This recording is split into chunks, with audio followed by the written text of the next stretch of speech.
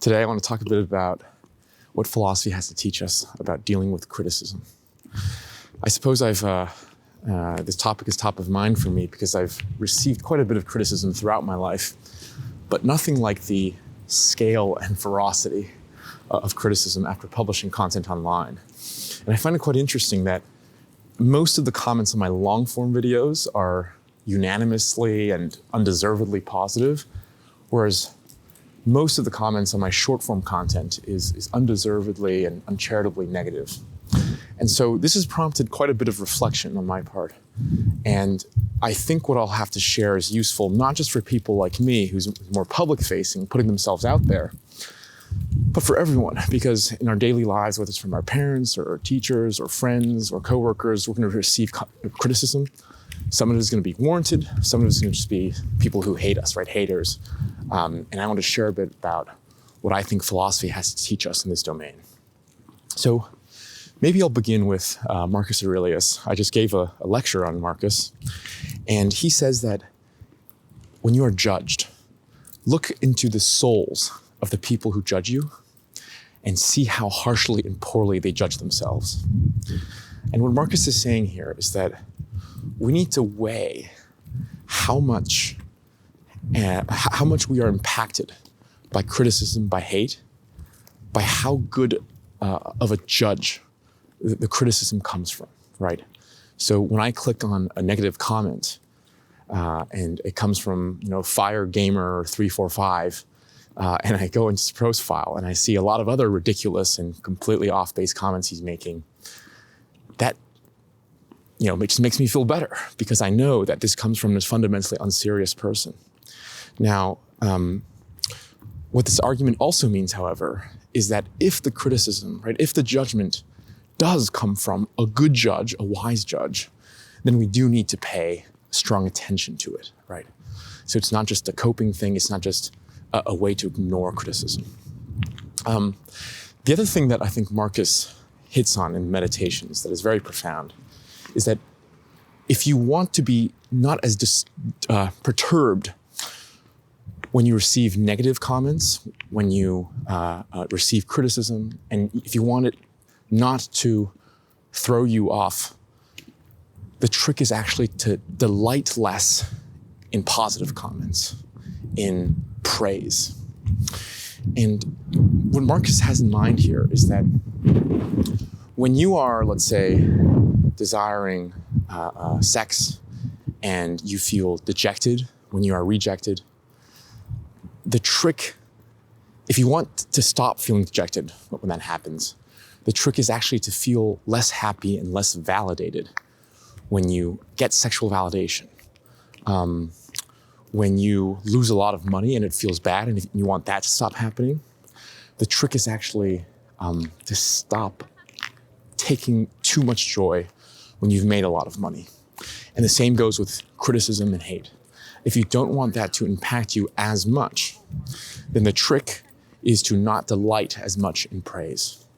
And the reason here is because when you take joy, when you overly take joy in the good things in life, what you are saying, what you are telling yourself is, this thing is necessary for my happiness. And so that sets you up to be perturbed when these things are removed from your life.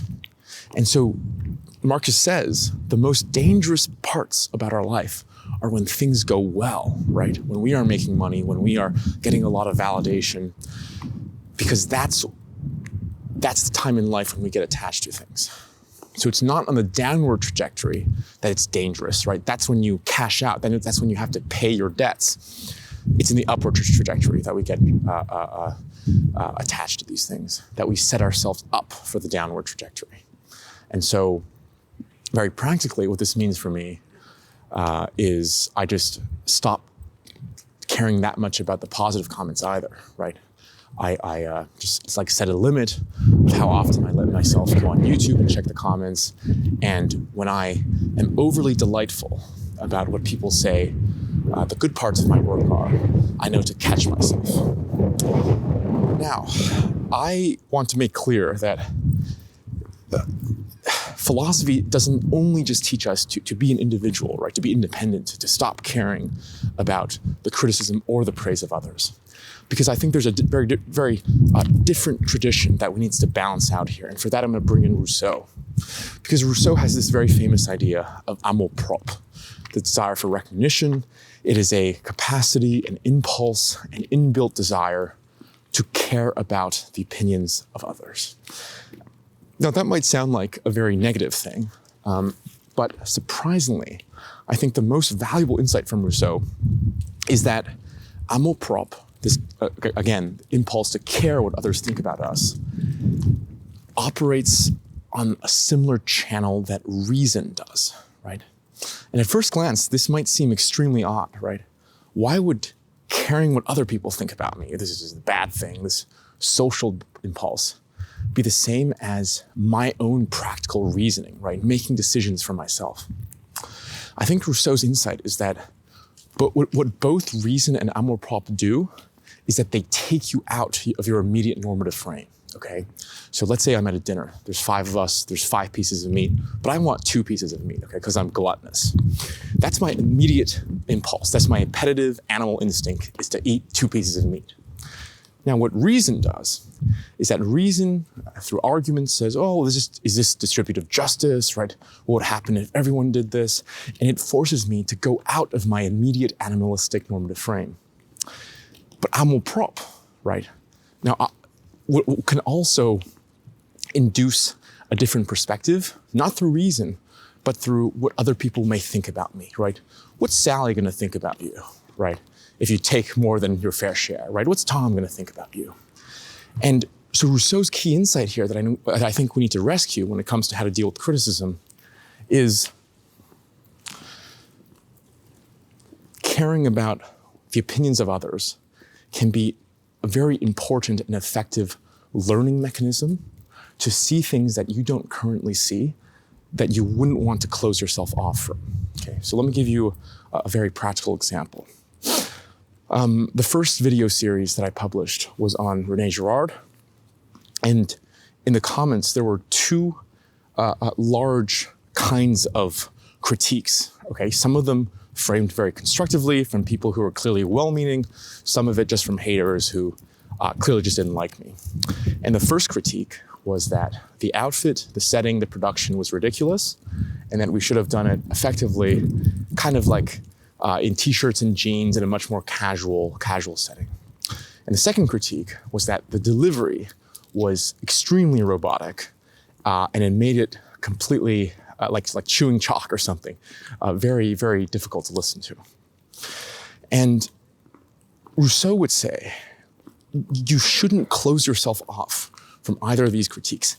It might hurt when you read these comments. In fact, it's supposed to hurt, because hurting, right, making yourself feel bad, being perturbed, is the way that amour propre throws you off from your current normative frame and tells you that, hey, you need to learn this new thing, right? It's the same reason that we feel pain when we put our hands on a hot stove.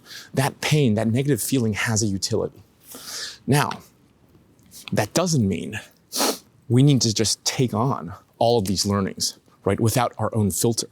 And so in the case of the Girard lectures, I completely agree. After thinking about it, and again, being in pain from the negative comments, mental pain, of course, about people telling me how robotic the delivery was, I've generally tried to make improvements there. So the long story short there was, we wanted to make sure that everything we said was highly accurate. So we rehearsed the lecture a couple of times, and then we wrote out everything, and there was a teleprompter behind David that it was read off of. So the trade was roboticness for accuracy. But it was because of the negative comments that made me see, no, in this business, if I really want people to understand these ideas, having a much more authentic delivery, even if there's a little trade-off in accuracy, is worth it, right? And that's why I film my current lectures not on a teleprompter, but with an audience, and not read, but a lot of it is live, right? A lot of it is I just come up with the sentences live. But, right, the other critique of the setting, the clothing being ridiculous, after thinking about it, I completely rejected it. I doubled down on the setting, the production, and the clothes, because I think not only is beauty a good in itself, it's also very fitting for the content we do, right? One of my favorite passages about Machiavelli was how after days of work, right, he would wear terrible clothes to go on his work day. He would come home alone and put on his finest suits to read the classics, because that is the dignity that they deserve, right? So again, what this example is to show you is that the first mistake I could have made is just to close myself off to all these negative comments, most of which were from like haters, right? And just say, oh, these people are haters. I'm not gonna care about what they think about me at all. That's the first mistake, to close yourself completely, to not let yourself feel bad about negative criticism, because through amour propre, they have something important. They may have something important to teach us. The second mistake I could have made is to just, be overwhelmed by the negative feedback and say, okay, I'm gonna wear sandals next time, and I'm gonna do this in my mom's garage, and not have my own independent judgment. And so the balance I think we need to strike is between Marcus and Rousseau, in the sense that on one hand, we need to let ourselves be open to negative criticism, even when it's from haters. And in fact, we almost want to feel bad because, again, that pain might have something to teach us. But on the other hand, we need to maintain our own core of judgment that is able to parse through whether criticism and hate is valid or invalid. Okay, thanks for coming to my TED Talk. I hope you guys enjoyed that rant, and I'll see you guys on the next one. Thank you.